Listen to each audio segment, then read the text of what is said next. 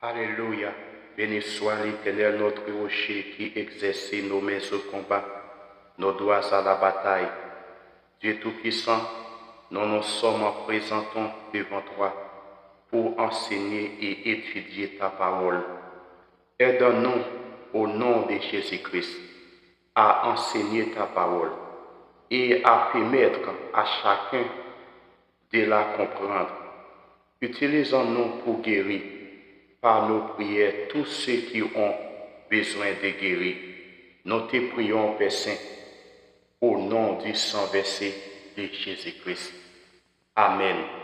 Bienvenue sur Canal Onction Plus TV3, un canal qui vous offre des études bibliques et des prières de délivrance en 4 langues: français, créole, anglais et espagnol.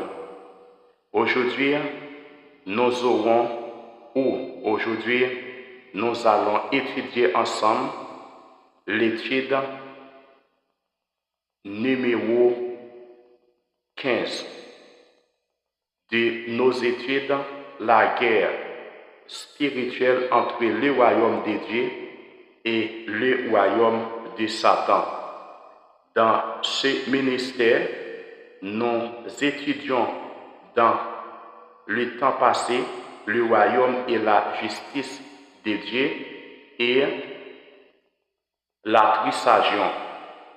Notre 4e étude, c'est la guerre entre le royaume de Dieu et le royaume de Satan. Aujourd'hui, nous sommes au numéro 15 de l'étude la guerre entre le royaume de Dieu et le royaume de Satan. Et au numéro 15, aujourd'hui, nous allons étudier ensemble l'Église universelle de Jésus-Christ.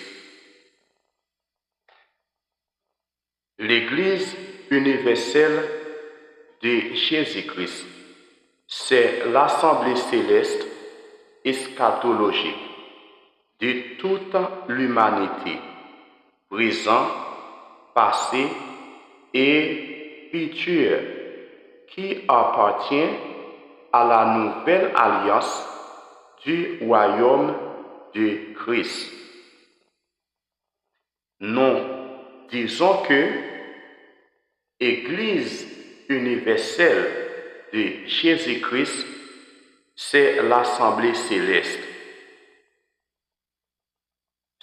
Et cela veut dire que nous allons étudier ensemble c'est quoi l'assemblée céleste, c'est quoi eschatologie de toute humanité, passé, présent et futur.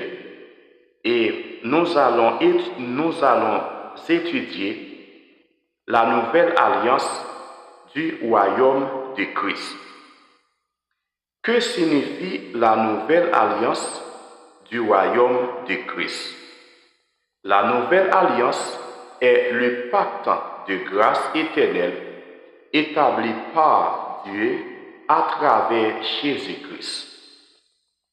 Elle accomplit et remplace l'ancienne alliance basée sur la loi de Moïse, scellée par le sang de Jésus-Christ. Lors de sa crucifixion, elle instaure le royaume de Dieu sur une base spirituelle et universelle. La Bible est divisée en 2 parties: l'Ancien Testament et le Nouveau Testament. Le mot testament, c'est un mot grec qui signifie alliance ou qui signifie contrat. Quand on parle, on dit l'Ancien Testament, cela veut dire que tu parles de l'ancienne alliance de Dieu avec le peuple Israël à travers de la loi de Moïse. Quand on parle du Nouveau Testament ou quand on parle du Nouveau Testament, on parle de la nouvelle alliance de Dieu avec l'humanité à travers ou par Jésus-Christ. C'est dit que la nouvelle alliance, c'est le pacte de grâce établi par Dieu à travers Jésus-Christ. Cela veut dire que le Nouveau Testament, c'est une alliance de grâce, de paix entre le Dieu créateur avec l'humanité, par le moyen de notre Seigneur Jésus-Christ ou à travers notre Seigneur Jésus-Christ. Cette nouvelle alliance, elle accomplit et aussi elle remplace l'ancienne alliance basée sur la loi de Moïse. Cela signifie que l'ancienne alliance avec Moïse par la loi, ça n'existait pas maintenant. C'est accompli. Cette nouvelle alliance à travers Jésus-Christ, scellée par le sang de notre Seigneur Jésus-Christ lors de sa crucifixion. Quand Jésus-Christ était crucifié sur la croix, le sang de Jésus-Christ était le sceau qui a scellé l'alliance. Elle instaure le royaume de Dieu sur une base spirituelle et universelle. Comment entre dans la nouvelle alliance du royaume de notre Seigneur Jésus-Christ? Dans le livre de Romains, chapitre 10, le verset 9 et 10. Si tu confesses de ta bouche le Seigneur Jésus, et si tu crois dans ton cœur que Dieu l'a ressuscité des morts, tu seras sauvé. Si tu crois dans ton cœur, si tu confesses de ta bouche Jésus-Christ est le Seigneur, tu seras sauvé. Que signifie Jésus-Christ est le Seigneur? Si tu confesses de ta bouche Jésus-Christ est le Seigneur, tu seras sauvé. Jésus nous dit que au dernier jour, il y a des gens qui diront Seigneur, Seigneur, et qui n'entreront dans le royaume de Dieu. Mais ce passage nous dit que si tu confesses de ta bouche Jésus-Christ est le Seigneur, tu seras sauvé. Que signifie cette parole? Cela veut dire que si dans ton cœur, tu crois que tu es un pécheur, tu crois que tu as besoin le Sauveur Jésus-Christ, si tu as la conscience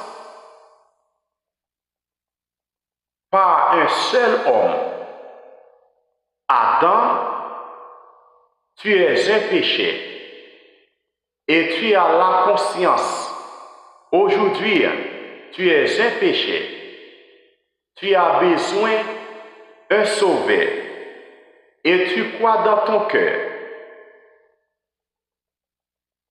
Dieu a envoyé son Fils unique, Jésus-Christ, afin que quiconque croit en lui ne périsse point, mais qu'il ait la vie éternelle. Et tu fais le choix d'accepter Jésus-Christ comme ton maître, comme ton Seigneur, et tu as accepté tu as accepté de devenir le disciple de Jésus-Christ. Le mot disciple qui signifie élève, et tu as accepté de suivre les ordonnances de notre Seigneur Jésus-Christ, tu seras sauvé. Les ordonnances de notre Seigneur Jésus-Christ se trouvent dans le livre de Matthieu, le chapitre 6, le verset 23 et le verset 33. Cherchez premièrement le royaume et la justice de Dieu. Que signifie rechercher le royaume et la justice de Dieu? Cela veut dire que aime ton Dieu de tout ton cœur, de toute ton âme et de toute ta pensée. Cela signifie que de faire la volonté de Dieu une priorité dans ta vie. Tu seras sauvé. Le verset 10. Car c'est en voyant du cœur qu'on parvient à la justice. La justice de Dieu va être commencée dans ton cœur. Et c'est en confessant de la bouche qu'on parvient au salut, dit la parole de Dieu. Nous disons que l'Église universelle de notre Seigneur Jésus-Christ, c'est l'Assemblée céleste. Que signifie l'Assemblée céleste? L'Assemblée céleste signifie ou désigne la cour de Dieu. Elle rassemble les êtres spirituels, inclut les anges, les chérubins et les saints qui entourent et servent le Créateur, le grand Dieu de l'univers dans le royaume des cieux. Que signifie les êtres spirituels? Les anges, les chérubins et les saints. Quand la Bible parle de le Saint de Dieu, c'est Jésus-Christ. Mais quand la Bible parle les saints de Dieu, ce sont tous les croyants en Jésus-Christ, inclus tous les morts en Christ et tous les vivants en Christ, qui entourent et servent le Créateur dans le royaume des dieux, dans le royaume des cieux. Que signifie l'Église universelle de Jésus-Christ? Dans le Nouveau Testament, l'assemblée ou ecclésia désigne également la communauté des croyants. L'assemblée céleste représente l'Église en triomphant, c'est-à-dire l'assemblée des rachetés, qu'on rejoint le monde spirituel. L'assemblée céleste représente l'Église triomphante, c'est-à-dire l'ensemble des rachetés qui ont rejoint le monde spirituel. L'Église universelle dans le Nouveau Testament vient du mot grec ecclésia, qui signifie l'assemblée, qui désigne aussi la communauté des croyants, une communauté universelle. Cela inclut tous les vivants et tous les morts en Christ. Aussi, tous les futurs morts vivants et tous les futurs morts en Christ. Quand je parle tous les vivants et tous les morts en Christ, je parle de tous les vivants maintenant et tous ceux qui sont morts maintenant. Et tous ceux qui sont morts dans le passé, qui étaient en notre Seigneur Jésus-Christ. Et je parle aussi de tous les morts en Christ au moment où, dans la période de l'enlèvement de l'Église et dans la grande tribulation. Et je parle de tous les vivants qui seront là au moment de l'enlèvement de l'Église et aussi dans la grande tribulation. Hébreux, dans le livre d'Hébreux, verset chapitre 12, le verset 22 et 23. Le verset 22. Mais vous vous êtes approchés de la montagne de Sion, de la cité du Dieu vivant, la Jérusalem céleste, des myriades qui forment le cœur des anges. Jérusalem céleste. La Jérusalem céleste, c'est le royaume des cieux, où on trouvera là des milliards de personnes qui forment le cœur des anges pour donner gloire à le Dieu créateur. Dans cette assemblée, on trouvera tous les morts en Christ Depuis le commencement de l'Église jusqu'à l'enlèvement de l'Église, et aussi tous les gens qui n'accepteront pas le numéro de 666, le numéro de l'animal ou la marque de la bête.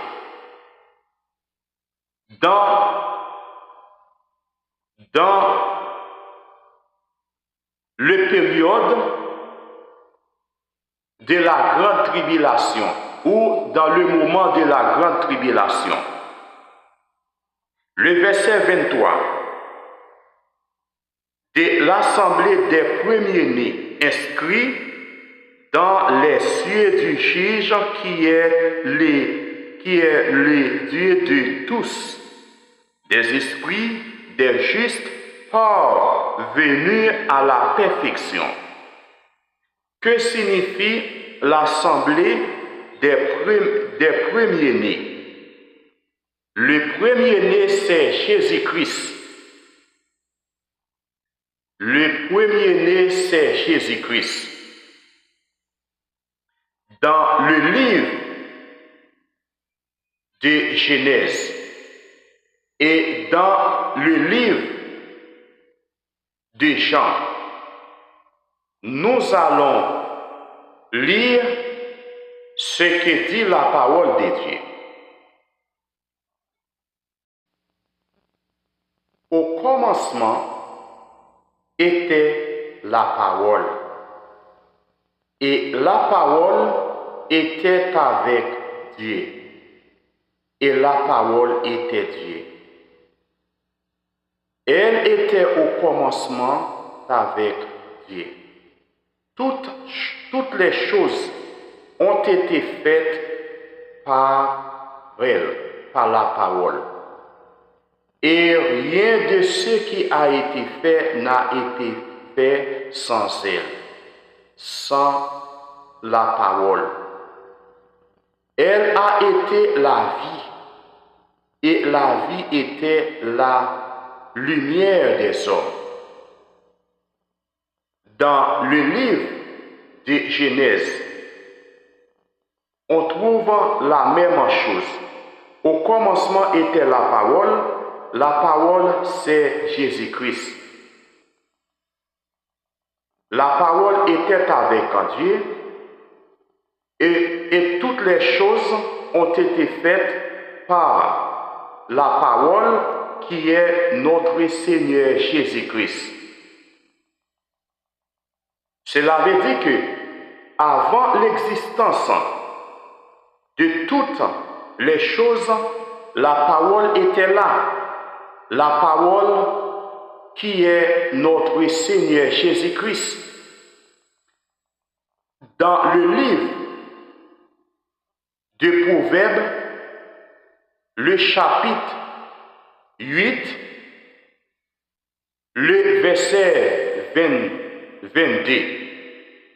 il dit: L'Éternel m'a créé la première de ses œuvres, avant ses œuvres les plus anciennes.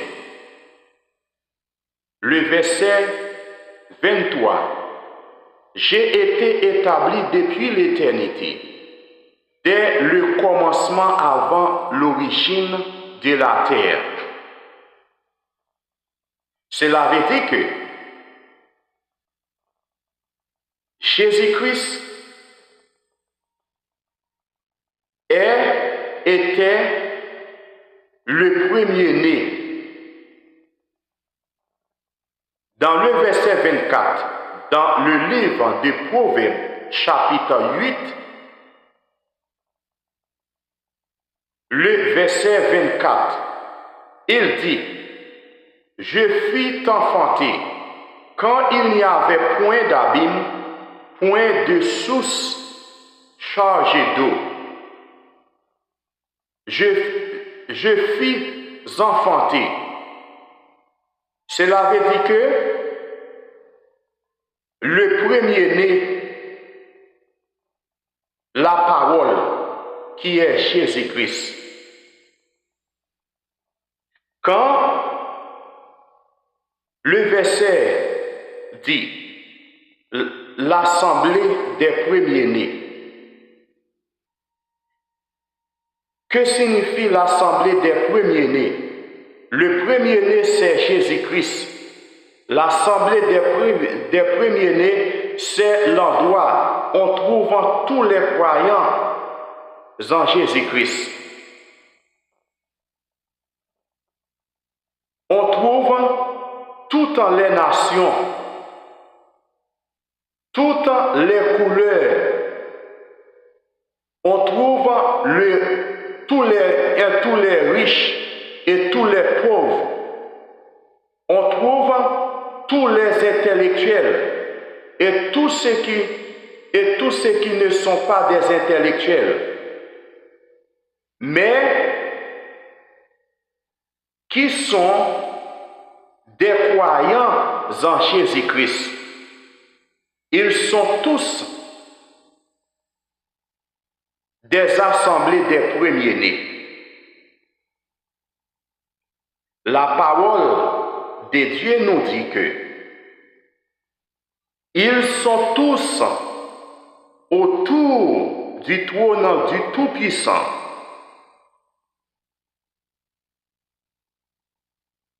L'assemblée des premiers-nés, inscrits dans les cieux, du juge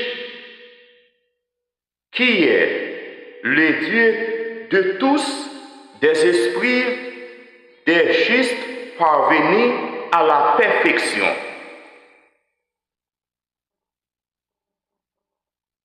Qui sont autour le trône de Dieu pour louer, pour adorer notre Dieu.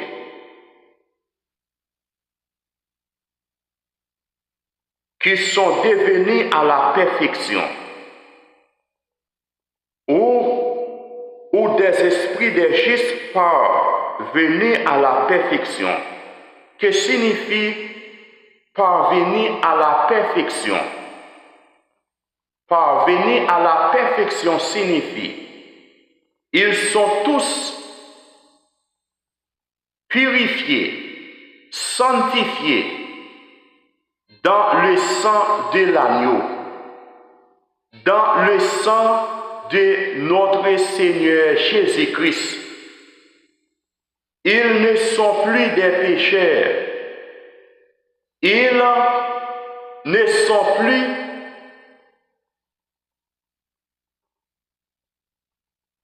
comme ils étaient avant la mort et la résurrection de Jésus-Christ. L'assemblée des premiers-nés, inscrits dans les cieux, désigne l'assemblée de l'Église chrétienne universelle.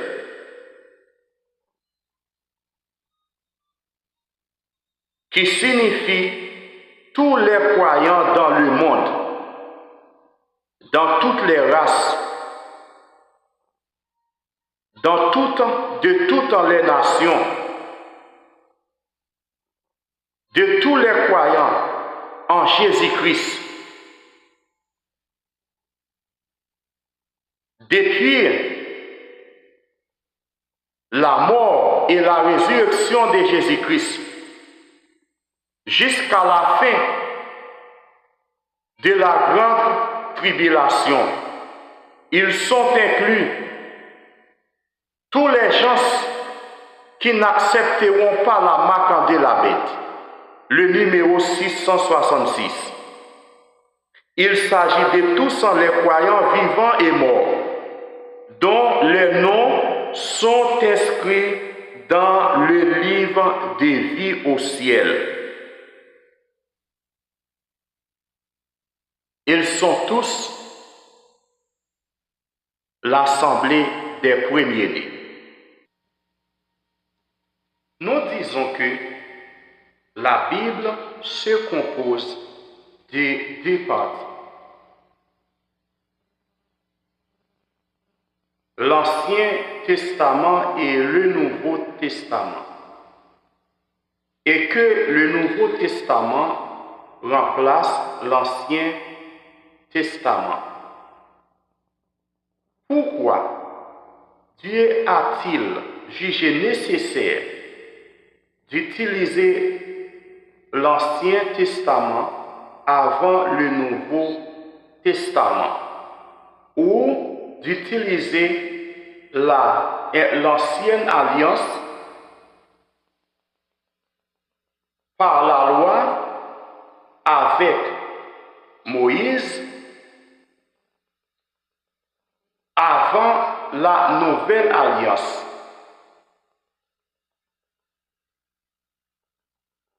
avec l'humanité par Jésus-Christ.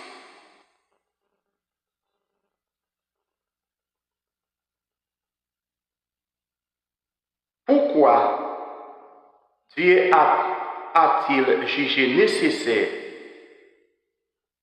d'utiliser l'Ancien Testament avant le Nouveau Testament? C'est parce que dès le jour où Adam a péché, Dieu a utilisé des choses visibles pour nous aider à comprendre des choses invisibles.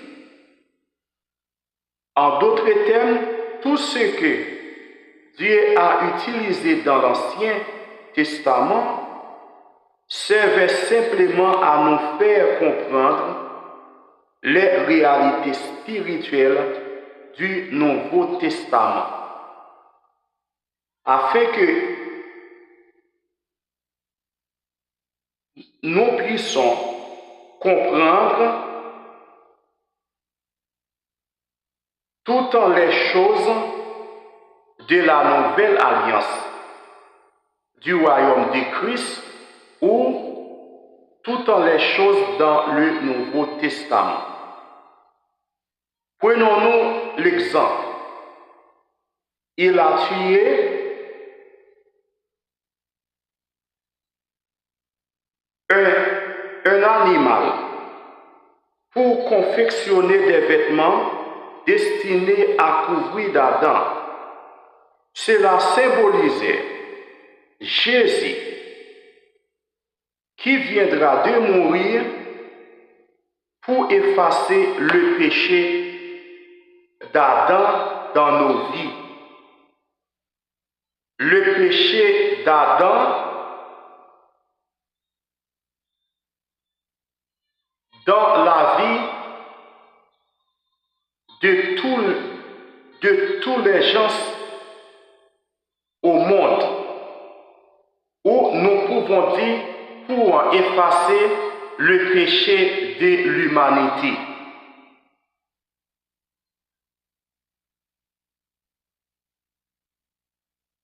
C'est un symbole qui signifie, après la mort de Jésus-Christ, le pardon est accessible à tous les croyants du monde. Jean 3,16 dit, car Dieu a tant aimé le monde qu'il a donné son Fils unique, afin que quiconque croit en lui ne périsse point, mais qu'il ait la vie éternelle. Et quiconque qui ne croit pas aura la mort éternelle. La vie, le pardon sont accessibles à l'humanité. En Égypte, les seuls dont les premiers-nés n'ont pas appéri étaient ceux qui avaient appliqué du sang sur les montants de leurs portes.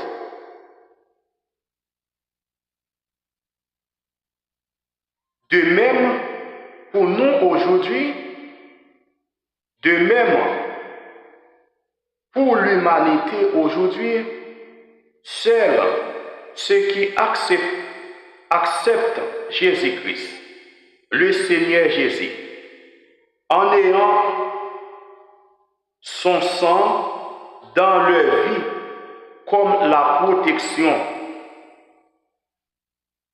contre la force de la puissance des ténèbres.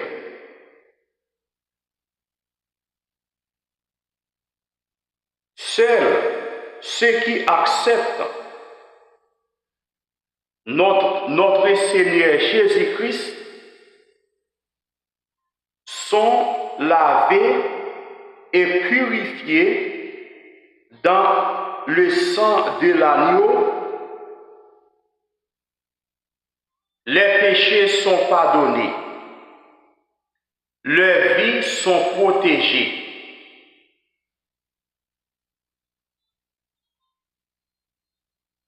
Dans le livre des Colossiens chapitre 1er verset 13 à 14, le verset 13, il nous a délivrés de la puissance des ténèbres et nous a transportés dans le royaume de son Fils bien-aimé. Le verset 14, en qui nous avons la rédemption par son sang, le pardon des péchés.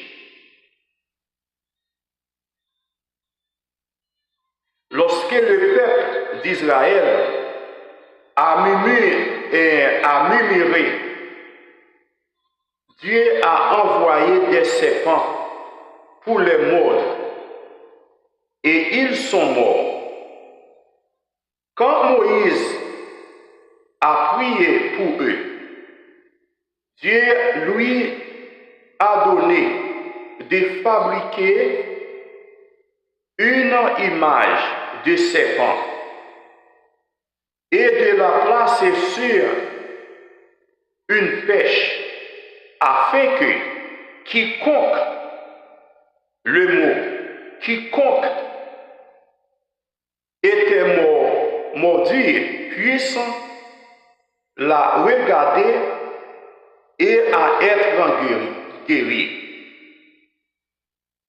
Cela symbolisait dans la Nouvelle Alliance ou dans le Nouveau Testament Jésus qui aurait mouru sur la croix. Quiconque se tourne vers lui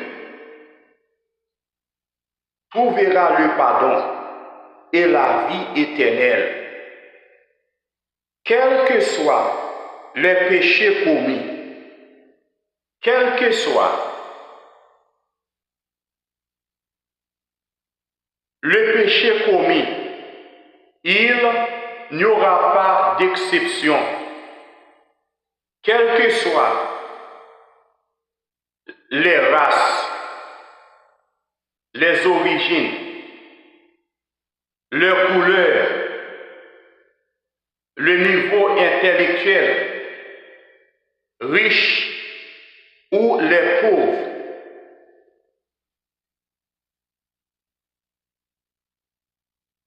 Dans l'ancien contrat ou dans l'ancienne alliance, il y avait le tabernacle. Le tabernacle comprenait 3 sections: le parvis, le lieu saint et le lieu très saint. Dans le Nouveau Testament ou dans la Nouvelle Alliance, le parvis représente le monde actuel où vivent tous les hommes, chrétiens comme non chrétiens. pas d'exception, tous les hommes, toutes les couleurs, toutes les nations, tous les niveaux intellectuels, tous les niveaux économiques, riches ou pauvres.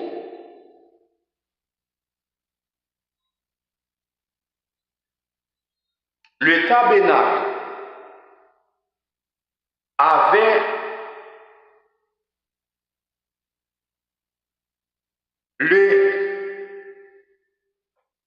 le tabernacle avait la deuxième section qui se nommait le lieu saint, représente l'espace où seuls ceux qui ont accepté Jésus-Christ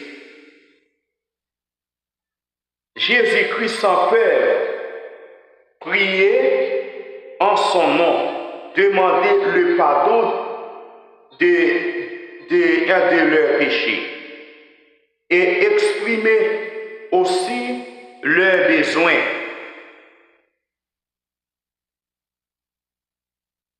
Ils peuvent demander à notre Dieu créateur toutes les choses. Ils ont besoin.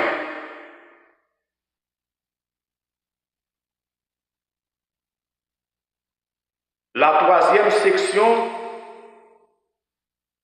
était le lieu très saint, où seul le grand prêtre ou le souverain sacrificateur peut pénétrer, symbolise pour nous aujourd'hui le fait que seul Jésus est digne, est saint, est pur, peut entrer dans les lieux très saints au ciel pour intercéder en notre faveur à la droite de son Père, notre Dieu Tout-Puissant. Dans le livre d'Hébreux, le chapitre 7 et le verset 26, il nous convenait en effet d'avoir un souverain sacrificateur comme lui, saint, innocent, sans tache, séparé des pécheurs et plus élevé que les cieux. Hébreux, le chapitre 9 et le verset 14. À combien plus le sang de Christ, qui par un esprit éternel s'est offert lui-même sans tache à Dieu, purifiera-t-il votre conscience des œuvres mortes afin que vous serviez les dieux vivants. Alléluia. Dans le livre d'Éphésiens, le chapitre 5 et le verset 2. Marchez-vous dans l'amour de même que Christ nous a aimés et s'est livré lui-même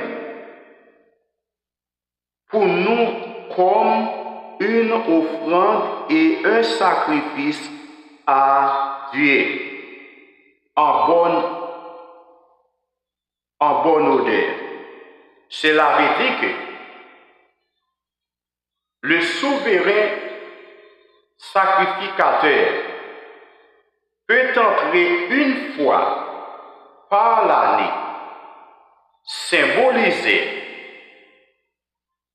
notre Seigneur Jésus-Christ comme le souverain sacrificateur et aussi comme l'agneau sans défaut, comme l'agneau sans péché, comme le Saint des Saints, comme un innocent se trouve dans le livre d'Ésaïe, le chapitre 53, qui est saint, l'unique qui peut entrer dans ces lieux très saints pour offrir sa propre vie comme une offrande sainte et agréable à l'Éternel pour sauver, pour ôter le péché de l'humanité. Quant au grand prêtre, le souverain sacrificateur, qui n'y entrait qu'une fois par an, il symbolisait Jésus qui allait entrer une fois pour toutes afin de mourir pour le péché de l'humanité, une fois pour toutes. Le sacrifice de notre Seigneur Jésus-Christ est valable, est qualifié une fois pour toutes pour ôter le péché du monde, le péché de l'humanité. À quiconque, il n'y a pas de distinction. Quiconque, dans le livre d'Hébreux, le chapitre 9 et le verset 12, il est entré une fois pour toutes dans les lieux très saints avec son propre sang. Le verset 28, Christ s'est offert une seule fois pour porter le péché de l'humanité. Ce verset dit les péchés de plusieurs, mais pour ôter le péché de l'humanité. Aujourd'hui, nous étudions l'Église universelle de Jésus-Christ, c'est l'Assemblée céleste, eschatologie de toute humanité, passé, présent et futur, qui appartient à la nouvelle alliance du royaume de Christ. Nous étudions que signifie l'Église universelle de Jésus-Christ, l'Assemblée céleste. Nous étudions aussi la nouvelle alliance du royaume de Christ. Nous étudions l'Ancien Testament, c'est un mot grec, le mot testament, qui signifie alliance. L'Ancien Testament signifie l'ancienne alliance. Et le Nouveau Testament qui signifie la nouvelle alliance. Nous étudions aussi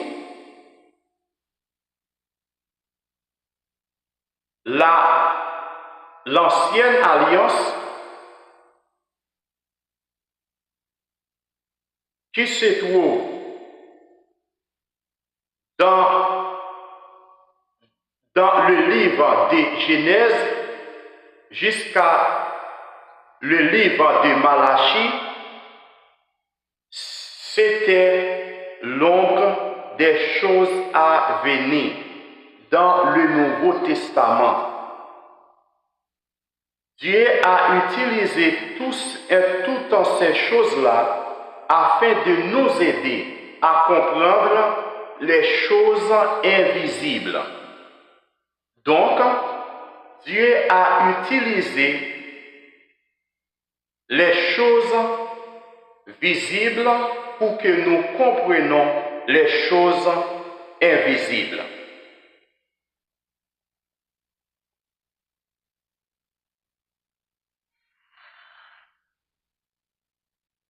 Dans la semaine prochaine, nous allons étudier l'eschatologie de toute l'humanité, présent, passé et futur.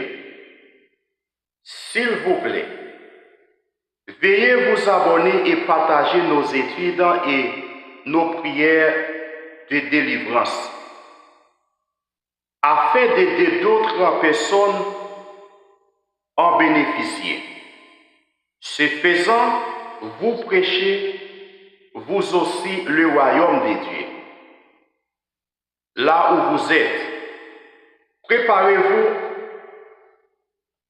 pour recevoir la guérison et la délivrance pendant que nous prions pour vous. Préparez-vous maintenant. Dieu Tout-Puissant, nous te remercions pour ce moment merveilleux. Nous avons passé à étudier et à enseigner ta parole. Nous te demandons d'aider chacun à comprendre et à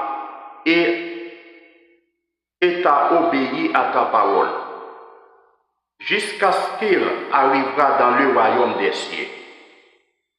Amen. Au nom de Jésus, qui nous donne le pouvoir de chasser les démons et de guérir tout en sortant de maladies. Maintenant, dans le nom puissant de Jésus-Christ, nous déclarons la guérison pour tous ceux qui écoutent cette prière et qui souffrent d'un cancer. Qu'il s'agisse d'un cancer du sang, d'un cancer du sang, de la peau, des poumons, du foie, des intestins, de la prostate ou de tout autre type de cancer, par la puissance de la mort et la résurrection de Jésus-Christ. Je consume tous les virus du cancer dans leur corps au nom de Jésus. Je déclare la guérison. Je déclare la vie au nom de Jésus. Je déclare dans leur vie, ils ne mourront pas, ils vivront et ils raconteront les œuvres de l'Éternel. Dans le nom puissant de Jésus-Christ, par la puissance de la mort et de la résurrection de Jésus-Christ, je déclare la vie.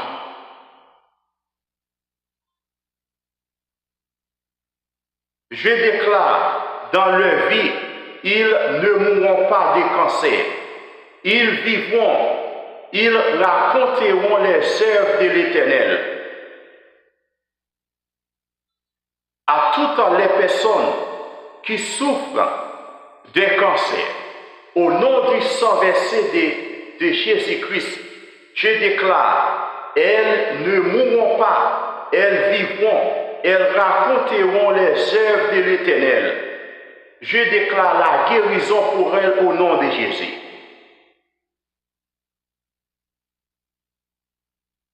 Nous déclarons la guérison au nom de Jésus.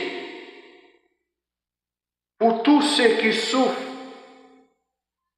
d'infections persistantes, de maladies chroniques, du sida, de la syphilis, de l'herpès et de toute autre infection chronique transmissible, au nom du sang versé de Jésus-Christ, par la puissance de la mort et la résurrection de Jésus-Christ, je déclare la guérison pour eux. Au nom du sang versé de Jésus-Christ, par le feu du Saint-Esprit, je consume tous les virus de toutes les maladies chroniques dans leur corps au nom de Jésus. Je consume par le feu du Saint-Esprit le virus du sida, de la syphilis, de l'herpès et de toute autre infection au nom de Jésus-Christ. Au nom de Jésus, je déclare la guérison pour tous ceux qui souffrent de l'hypertension et l'hypotension au nom de Jésus. Je déclare dans le nom de Jésus-Christ que les tensions doivent être normales au nom de Jésus. Je déclare la guérison au nom du sang versé de Jésus-Christ. Je déclare la guérison pour tous ceux qui souffrent le diabète, l'anémie, les maladies cardiaques, le problème de foie et les maladies osseuses au nom de Jésus. Je déclare la guérison. Je déclare la guérison pour eux au nom de Jésus. Je déclare la guérison pour eux au nom de Jésus. Je déclare maintenant au nom de Jésus que les aveugles voient maintenant au nom de Jésus. Je déclare au nom de Jésus que les aveugles voient au nom de Jésus.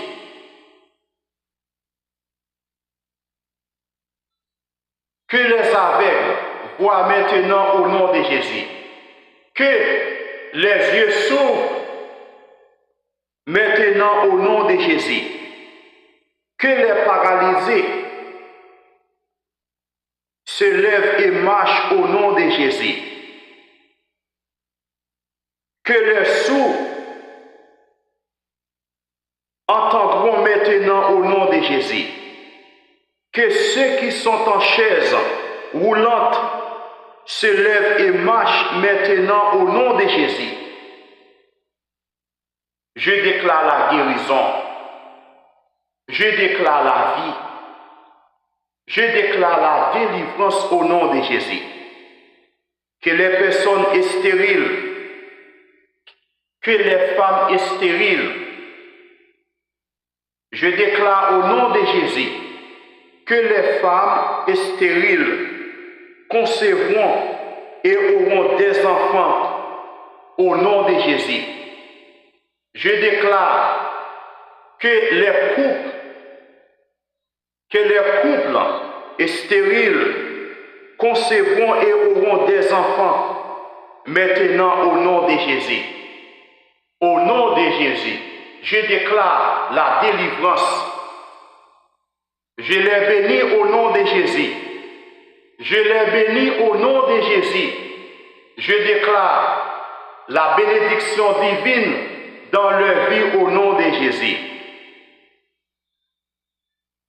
Je déclare au nom de Jésus que toutes les maladies que nous n'avons pas mentionnées ou que nous n'avons pas nommées également soient guéries maintenant. Sois guéri maintenant. Nous déclarons la guérison maintenant. Nous déclarons dans le nom de Jésus-Christ, je déclare l'arrêt de toutes les procédures de divorce dans les mariages au nom de Jésus. Par la puissance de la mort et la résurrection de Jésus-Christ, je déclare dans le nom de Jésus-Christ l'arrêt de toute procédure de divorce maintenant au nom de Jésus. Je déclare la réconciliation au nom de Jésus. Je déclare la réconciliation maintenant au nom de Jésus. Partout où se trouvent des démons, des esprits impurs ou des esprits sataniques, au nom de Jésus-Christ, nous les chassons. Allez dans l'abîme au nom de Jésus. Nous déclarons la délivrance au nom de Jésus. Nous déclarons la délivrance dans leur vie. Nous déclarons la guérison. Nous déclarons maintenant la liberté. Et tous les esprits impurs, nous déclarons, nous les chassons. Allez dans l'abîme au nom de Jésus. Les esprits impurs qui viennent avec des maladies, les esprits des morts, au nom de Jésus, nous les chassons. Allez dans l'abîme au nom de Jésus. Je les chasse. Allez dans l'abîme au nom de Jésus. Au nom de Jésus, les esprits de mort, les esprits de maladie, les esprits du péché, les esprits de désobéissance, je les chasse. Allez dans l'abîme au nom de Jésus maintenant. Je déclare la délivrance, la vie, la paix dans le nom précieux de notre Seigneur Jésus-Christ. S'il vous plaît, ne partez pas sans vous abonner et sans partager nos études et nos prières de délivrance afin d'aider les autres d'étudier la parole de Dieu et de recevoir la délivrance, la guérison. Que la paix de notre Dieu Tout-Puissant soit avec vous. Que Dieu vous bénisse. La semaine prochaine, nous étudierons l'eschatologie de toute l'humanité, présent, passé et futur. Dieu vous bénisse, je vous attends. Amen.